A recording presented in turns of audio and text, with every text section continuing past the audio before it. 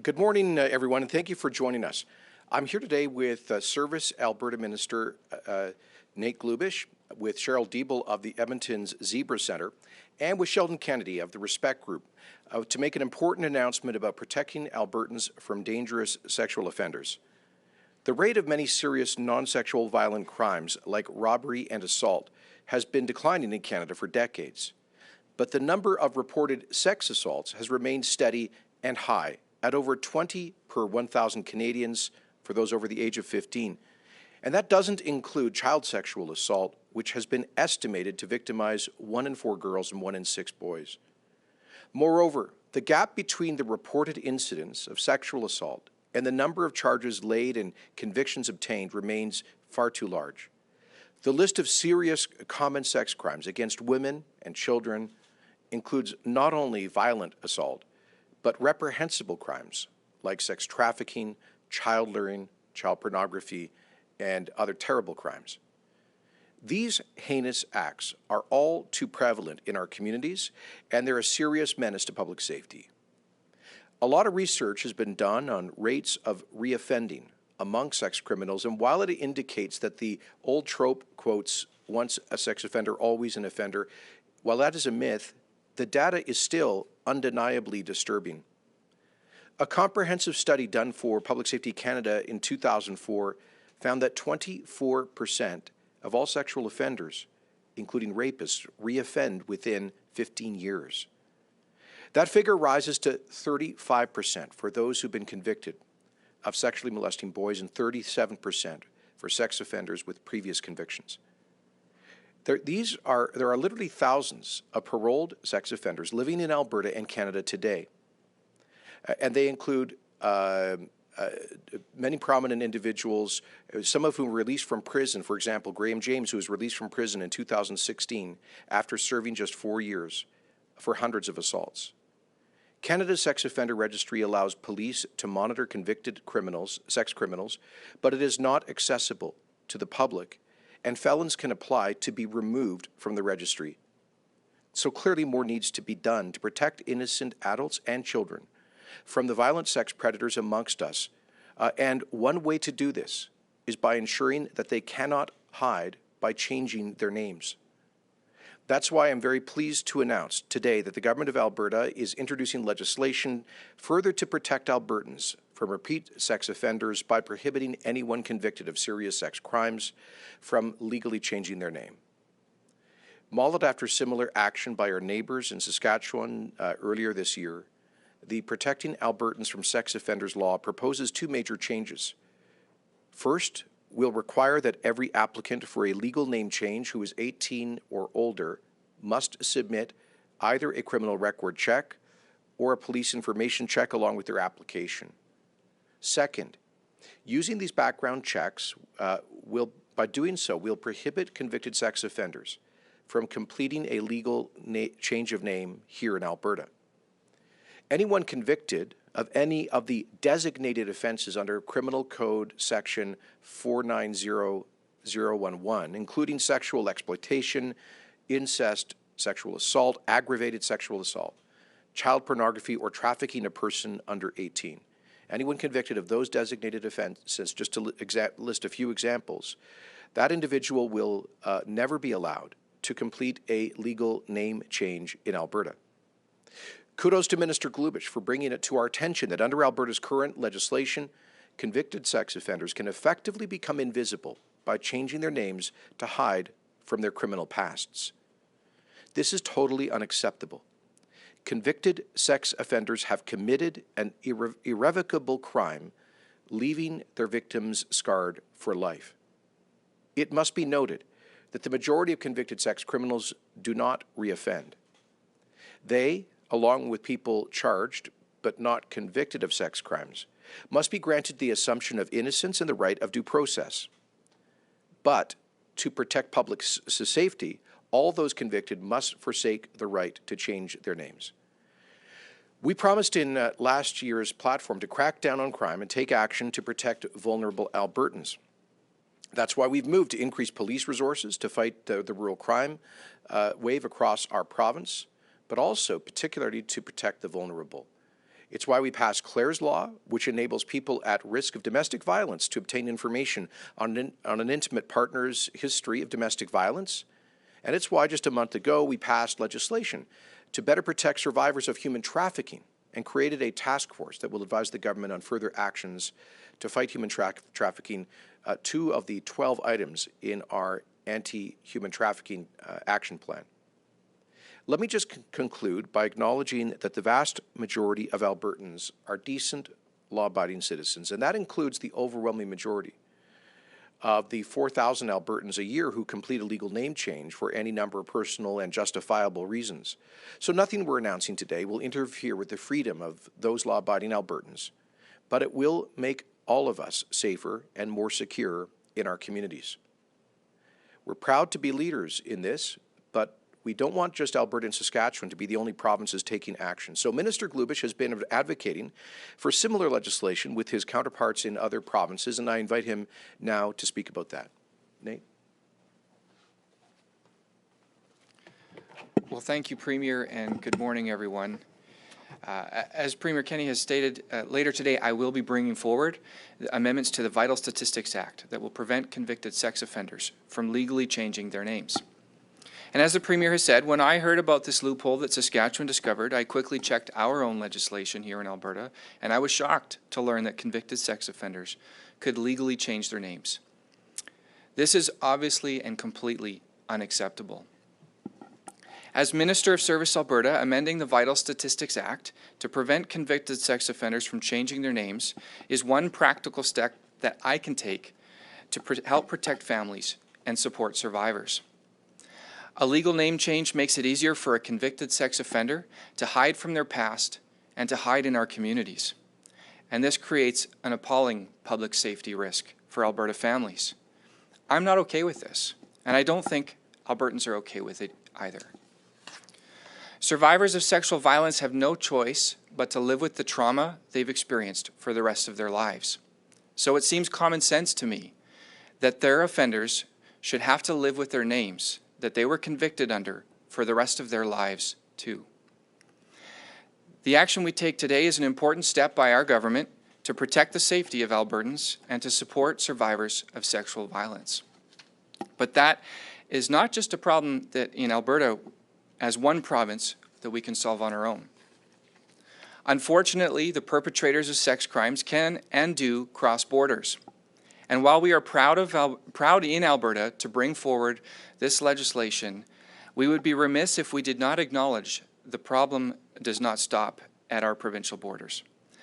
With this initiative, we are joining Saskatchewan in what we hope will be the beginning of a pan-Canadian approach to prohibiting legal name changes for convicted sex offenders.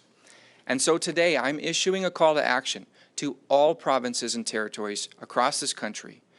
Today, they are all receiving a letter signed by me and Saskatchewan Minister of Justice, Don Morgan, and Minister of Health, Jim Ryder, asking them to consider the risk and potential harm that this loophole brings to families and communities across this country that we all represent. We are asking the remaining provinces and territories to join Alberta and Saskatchewan to ensure the safety and protection of Canada's children, families, and communities. We are asking that the 13 different rules of law on legal name change become one law in 13 jurisdictions, so that together we close this loophole once and for all and ensure the safety of children all across Canada. I am pleased to be joined in this call by Alberta's child advocacy centres, who are also calling on government officials to take this critical step in supporting survivors of sexual violence and providing a safer future for Albertans and for all Canadians. Every Canadian should be assured of their safety, full stop. As the Premier has said, the most basic duty of any government is to ensure public safety, which is why amending this legislation is the right thing to do, and it just makes good common sense. This is all about protecting people, especially children and other vulnerable groups who are far too often the targets of sexual violence, which is why I anticipate plenty of support from my colleagues in other jurisdictions. With that, I'll turn it over to Sheldon Kennedy of Respect Group and then Cheryl Diebel of Edmonton's Zebra Child Protection Center, and one of the co-signatories on a letter of support for these actions. Thank you, Sheldon. Need my glasses. Well, thank you. Thank you, Premier, for making child protection a priority in this province. And thank you, Minister Glubish, for finding this loophole, and Cheryl, the CACs, for all the great work that you do and important work. I put a few of my thoughts down on paper, and I've said previously and still believe today that there's a lack of understanding of the impact of the crime of sexual violence. There's a lack of understanding about the shame, guilt, and trauma that we survivors feel and experience.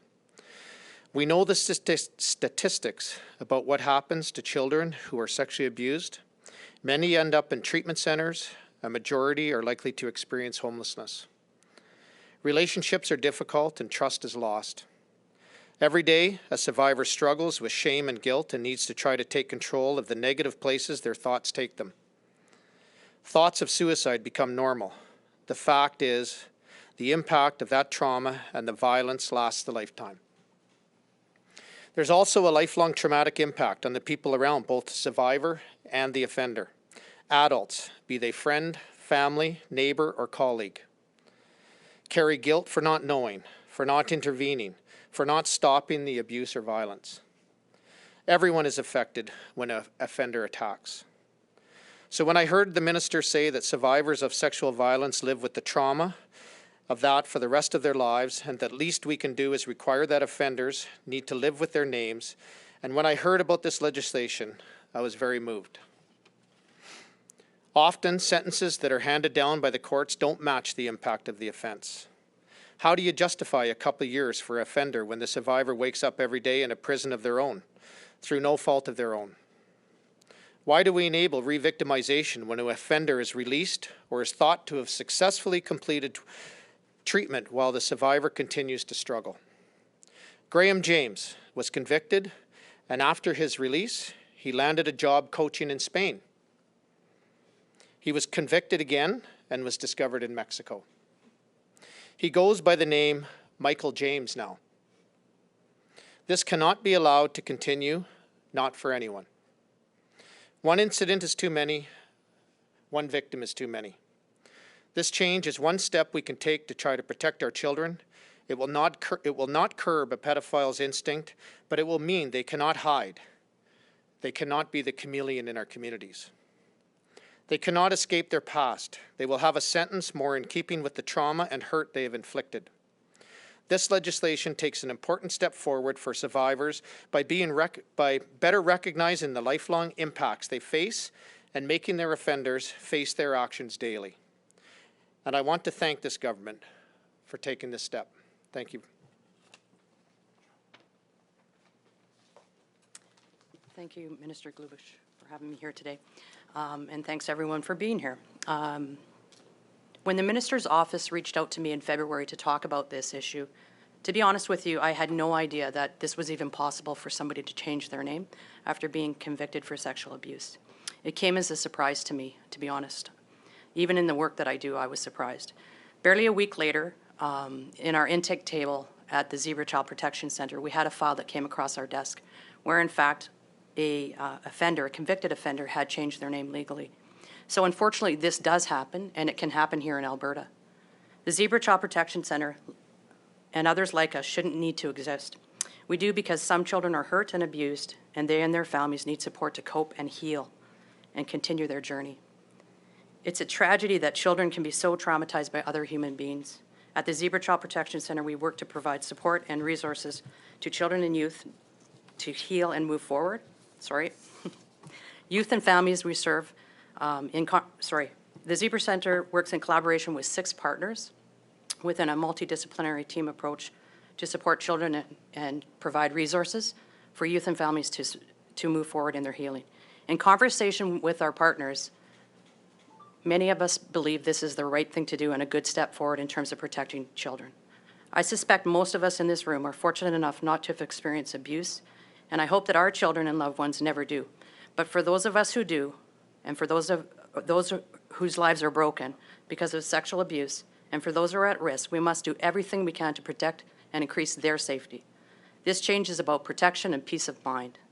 If these changes save one child from being sexually abused, from somebody who has already been convicted of this crime, it's worth it. At our center, 62% of our cases last year were sexual abuse cases. I'd like to take the opportunity to thank Minister Glubish and the government for stepping up to make these changes. I'm also especially encouraged by the call to action for the other provinces to take this stand, and I think this change will be more effective if it's adopted across the country, and I will add my voice here to that call of action. I think as adults, we have the responsibility to do everything we can to protect our children and move forward and take this important step. Thank you. Okay, we'll take questions now. Operator, could you please put through the first caller? Our first question comes from Dean Bennett of the Canadian Press. Your line is open. Good morning. Sorry, Premier, I'm going to ask you a completely off-topic question. The Justice Minister was not made available to us yesterday. Bill 26, can you explain to me the rationale for that, i.e., these aren't citizen-led referendums, Canada has complete control over the logistics, and we've got $500,000 for third-party advertisers. The NDP, of course, is saying that this is a way for you to bring big money back into politics and game public opinion. What do you think? Well, first of all, I'd just like to add something to the announcement we just made. Minister Glubish will be working with his counterparts in Saskatchewan to encourage provincial governments across Canada to take similar measures to bring in a legislation prohibiting convicted sex offenders from changing their names. And I too will be, I've just thought this is something I should add during the news conference, that I'm going to put this on the agenda of the Council of the Federation when we meet this summer to ask all of the First Ministers to take leadership on this as well as a coordinated measure across the country to protect children and vulnerable people. On your question, Dean, yes, yesterday we introduced legislation to keep a platform commitment to provide for democratic reform in Alberta, the ability of Albertans to have the final say on important issues.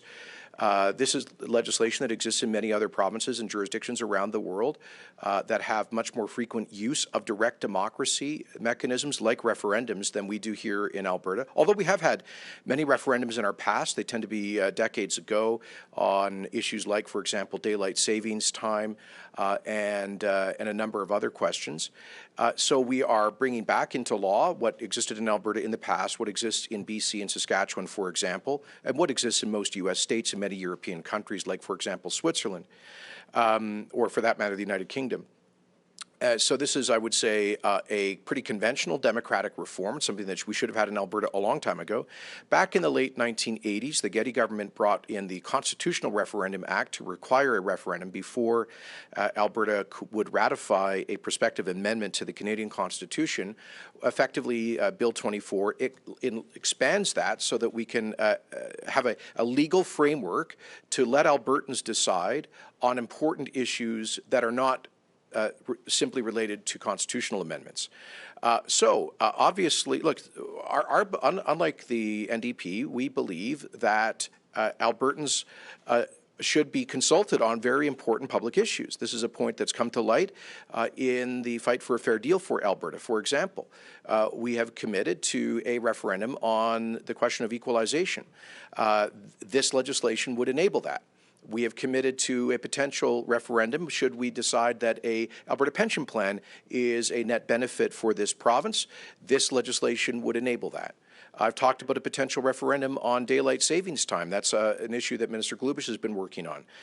As we've had in the past, Bill 24 would enable that. So this is about empowering everyday Albertans to have the final say on big issues, particularly issues where perhaps are not included in a government's platform for which there is not an explicit democratic mandate. And so I just find it completely bizarre that anyone would characterize this as being undemocratic or as the opposition has said, a power grab, when in fact this is the exact opposite. This is not aggregating power to the government, but giving power to the people. There is nothing more democratic than this.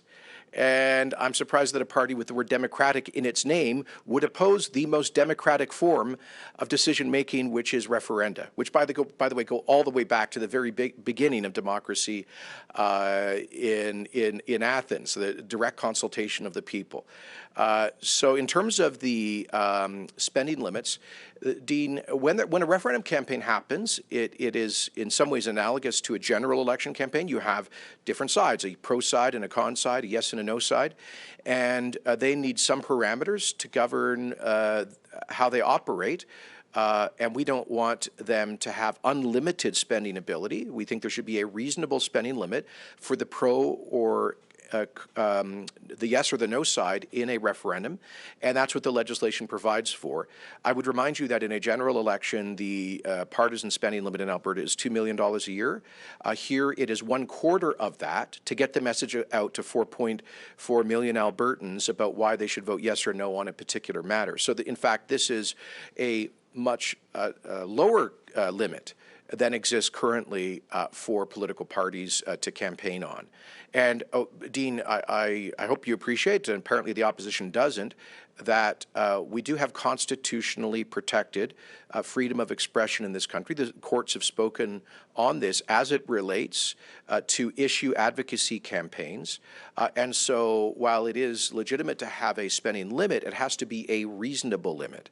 And you could not have a real democratic debate on an important issue through a referendum campaign if the limit were, I don't know, $5,000, $10,000, $50,000, groups could not actually effectively communicate with millions of Albertans. So we think it's a reasonable limit, and I would invite you to look at the legislation in Saskatchewan, BC, and elsewhere to see that there are similar frameworks in place. And I should also add, that this is part of a broader democratic reform agenda, which will include passing citizen initiative referendum legislation and recall legislation later this year. We will be standing up a special committee of the legislature to consult with Albertans and with experts on these direct democracy tools to come back to the legislature with recommendations for the initiative and recall bills that will be introduced in the fall. Operator, can you please put through the next caller? Our next question comes from Emma Graney of the Globe and Mail. Your line is open. Yeah, g'day guys. I have two questions, both for the Premier. First off, there are reports that charges against Chief Alan Adam are going to be dropped this morning. Curious about what that says to you about systemic racism within the RCMP and the force's treatment of Indigenous folks. And secondly, Jay Hill has taken on the reins of the Wexit Canada Party. Curious on your thoughts on that, whether you think having a person who was very high-ranking in Stephen Harper's government, whether it gives that separatist movement more credibility, and are you worried about that at all? First of all, let me apologize to Sheldon and Cheryl for these off-topic questions. It's part of the process here, so don't worry. We will get attention on the very important announcement today. But this is part of the process. So, Emma, first of all, on the policing matters, I'm not aware of what the charges were, and I understand that that Mr. Adam has a pending civil case, I believe, or his intention to file one against the RCMP, so I shouldn't interfere in that. Obviously, I did express a real concern and shock at the video that we all saw that was posted about that incident. And as you know, we are engaged in a fundamental review of the Police Act in Alberta. And in light of recent events, Minister Schweitzer is putting a particular focus in that review on addressing issues of racism and of abuse of authority.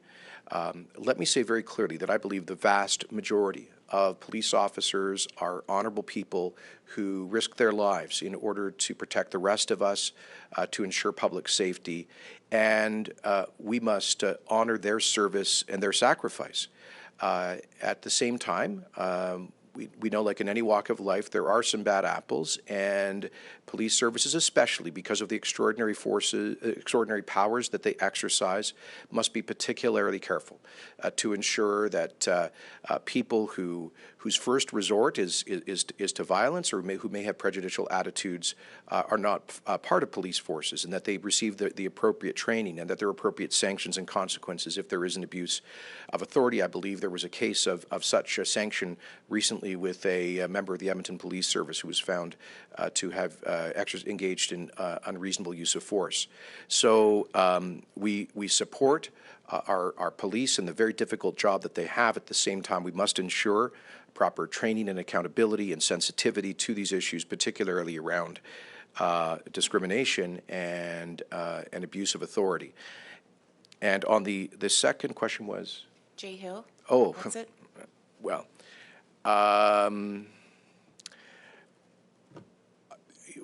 all I can say is that I assume he's going to give up his MP pension plan that's paid by Ottawa if he's going to advocate for separation.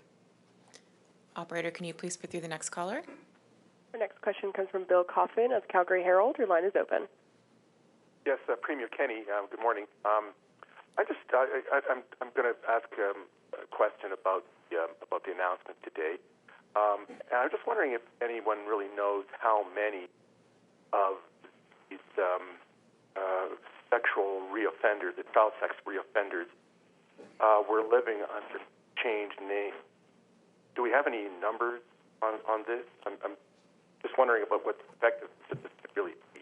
Well, we don't have numbers, but by virtue of the fact that we don't have a screening process. But as Cheryl has said, she became aware of a case very recently, and of course Sheldon spoke about Graham James having changed his name. So we know that this is happening. We don't have reliable statistics, precisely because we do not have a legal framework to track those numbers. But Minister, would you like to add to that? Sure. Well, I would just add that it doesn't matter how many of them are out there. What matters is that one case, one offense, one family that has to deal with the devastation of these heinous acts by a convicted sex offender is too many. It's unacceptable that we do not have a check and balance in the system. It's unacceptable that we have this loophole, and that is why we are taking this action today, to protect Alberta families and to make our communities safer. And it's why it is so important that I am calling on every single province and territory in this country to join us in implementing these protections to ensure that there is no place in Canada where a convicted sex offender can hide from their past and hide in our communities. Anything you wanted to add to that, or Sheldon?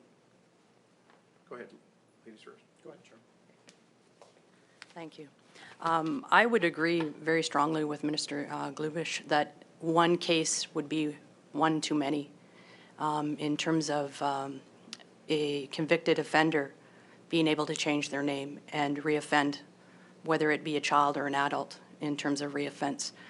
So I would strongly agree that this is a good step forward for children and adults who may have experienced child abuse or sexual abuse of any kind and of any age. So I think this is the right step forward in terms of how they can heal moving forward, and accountability for the offender as well. I think that's an important piece that we have to highlight. It's certainly, we've talked a lot about the victim, but also the offender has a level of accountability, and this is a step forward in that accountability process. I just want to add one thing. I'll just add one thing, Bill. I think, when we look at sex offenders, you look at Graham James, for example, or any of the 15,000 investigations that were investigated at the Calgary Child Advocacy Centre or the Zebra Centre. I mean, these individuals operate in our communities for years. Graham James was operating for 20 years in our communities, many different sport organizations.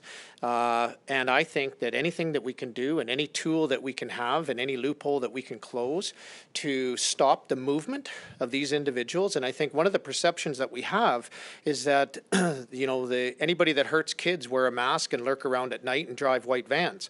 Well, 98% of the investigations done at the Calgary Child Advocacy Centre were by somebody that the child knew. 50% were a parent or caregiver. So the reality of individuals changing their names to be a part of organizations or to be a part of communities, in their mind, would be important for them to be the chameleon that they need to be to offend children. So I believe that this is a critical step. I think it stops the movement, and I think it allows us to better address these issues at the get-go than to allowing these individuals to operate within our communities or across our countries or other countries for 20 plus years before they're caught, if they're ever caught. Operator, can you please put through the next caller? Our next question comes from Chris Barco of the Calgary Herald. Your line is open. Hi, Premier. A new report from CMHC says that new home construction in Calgary is going to drop by between 43 and 64% this year, and that home prices are also going to fall by up to 12%. I'm wondering if there's anything specifically your government is going to do or that it wants to see done by Ottawa to help the new home construction sector, and will any of these measures be included in your upcoming economic recovery plan? Thank you. The answer is yes. We have been urging Ottawa since the day our government came to office to lift the Canada Housing Mortgage Corporation stress test, which has put the dream of home ownership out of the reach of hundreds of thousands of Alberta families, particularly now with stress that people are facing in their finances and their income. And even though we have record low interest rates, the stress test has just added that extra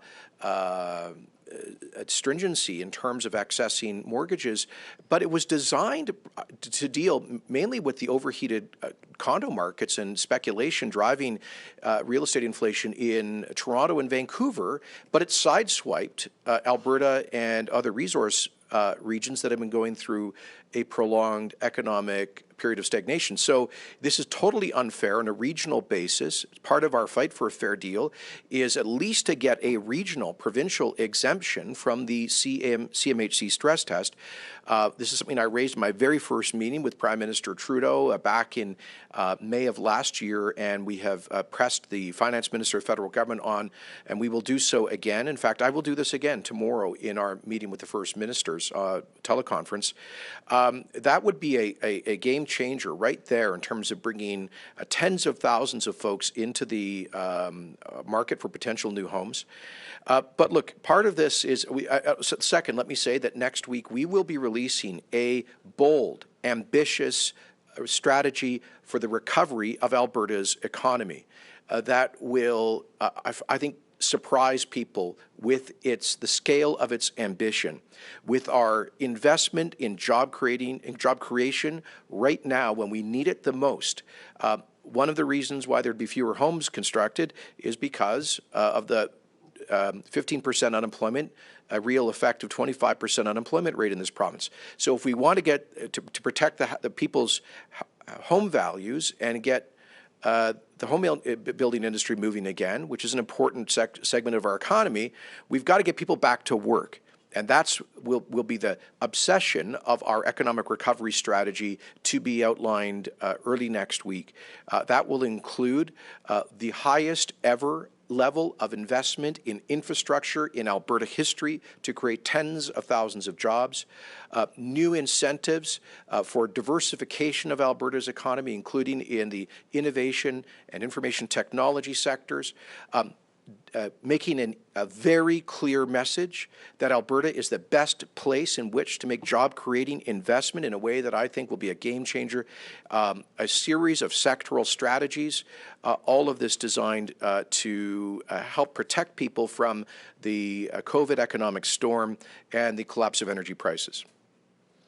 We have time for 3 more questions. Operator, can you please put through the next caller? Our next question comes from Ashley Juano of Post Media. Your line is open. Hi, good morning, everyone. I also have a question about the bill that was announced today. I am wondering what happens. So I'm required to give you my fingerprints if I want to change my name. You're framing this as just being something that prevents sexual offenders from changing their name. What happens if, when you check my fingerprints, you find that I'm wanted for a crime that's not a sexual offense? what protections are in the legislation to prevent you from sharing that information from other people? Well, what I would say is that the protections we're announcing today are simply to ensure that convicted sex offenders cannot change their name. This would ensure that any application made by a convicted sex offender pursuant to the Vital Statistics Act to request a legal change of name would be denied. This is about protecting Alberta families. It's about making our communities safer. And it's about addressing a lot of the problems that Sheldon and Cheryl have talked about here today. So that's what this is. That's what this will accomplish. Operator, can you please put through the next caller? Our next question comes from Graham Thompson of iPolitics. Your line is open. Yes, it's a question for the Premier on Bill 26 again. Premier, what will the government's role be in any referendums? Will you be taking an active role in terms of promoting one side, or will the government be remaining neutral on these? Well, Graham, I guess it depends. On the on the issue. Let me just say that the legislation, the bill, makes it prohibits the government from engaging in advertising on a related issue in, I believe it's the 90 days prior to the referendum. You'd have to check on the exact date there. So the government would not use any public resources to advocate for or against a referendum position. Having said that, as Premier, I might make an argument on some issues for or against. This is very typical. If you look in the United States, for example, where I think nearly 40 states have fairly frequent use of referenda, you'll typically see the governor or different party leaders in the state legislatures advocating for or against a particular measure. You go back to the Brexit campaign in the United Kingdom, where the Prime Minister, the Leader of the Opposition, took a position, but they did not expend public resources on the advocacy of that position. So that's the distinction I would make. I could certainly see issues that we may decide to put to the people where the government does not take a position. One of the issues we're considering consulting Albertans on is whether to change daylight savings time. And I'm pretty much agnostic about that, and so I wouldn't intend to take a position if we put that on the ballot. On the other hand, if we have a referendum to advocate for equalization, to reform equalization, my position on that is hardly a secret. So I might, make public arguments, but would not expend public resources on that. I just wanted, on the same issue, Graham, I hope Dina is still listening, because I just realized I wanted to come back on something. He said that the opposition has criticized the government for the $500,000 spending limit for advocacy campaigns around referendum votes. I would remind the NDP that their own affiliate organization, the Alberta Federation of Labour, discloses that they spent, I think, over $1.5 million in the last couple of years on public advocacy campaigns, and that's actually a former legal affiliate of the NDP. We're going to be addressing that, closing that loophole for big money in Alberta politics in the fall through legislation that we committed to in the platform that will make it illegal for formal affiliates of registered political parties to engage to operate as third-party expenditures, because that's just a loophole where in this case one party is using an affiliate to do its advertising for them. And secondly, we will also be bringing in our platform commitment in the fall to limit to $30,000 the amount of money that a single donor can contribute to a third-party expenditure campaign. Okay, we have time for one more. Operator, can you please put through the last caller? Final question comes from Catherine Dragowski of Alberta Today. Your line is open. Well, thank you for taking my question. And again, I do apologize to the people who are here for the announcement on the sex offender registry. I am writing about it, but as mentioned, this is the first opportunity to ask about Bill 26. So what you were talking about was the campaign spending limit, but I think one of the criticisms was the $350,000 threshold for this to not be audited. Why is the threshold for these donations to not be audited so high?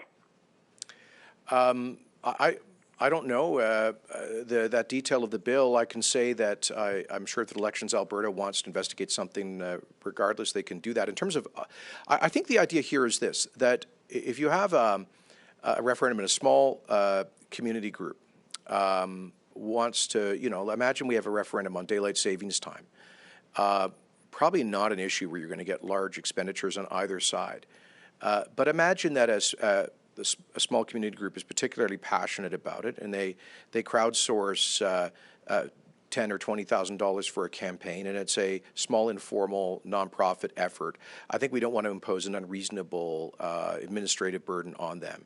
Again, I'm surprised that we're getting these questions because this is actually a measure to significantly increase democratic decision-making in Alberta, with spending limits that are well below those permitted in election campaigns, and which will be matched with our campaign commitments to limit to $30,000 the amount that any individual donor can contribute to a third-party advertising campaign, and that will eliminate the big money loophole currently used by the affiliate of a political party to spend millions of dollars on issue advocacy campaigns.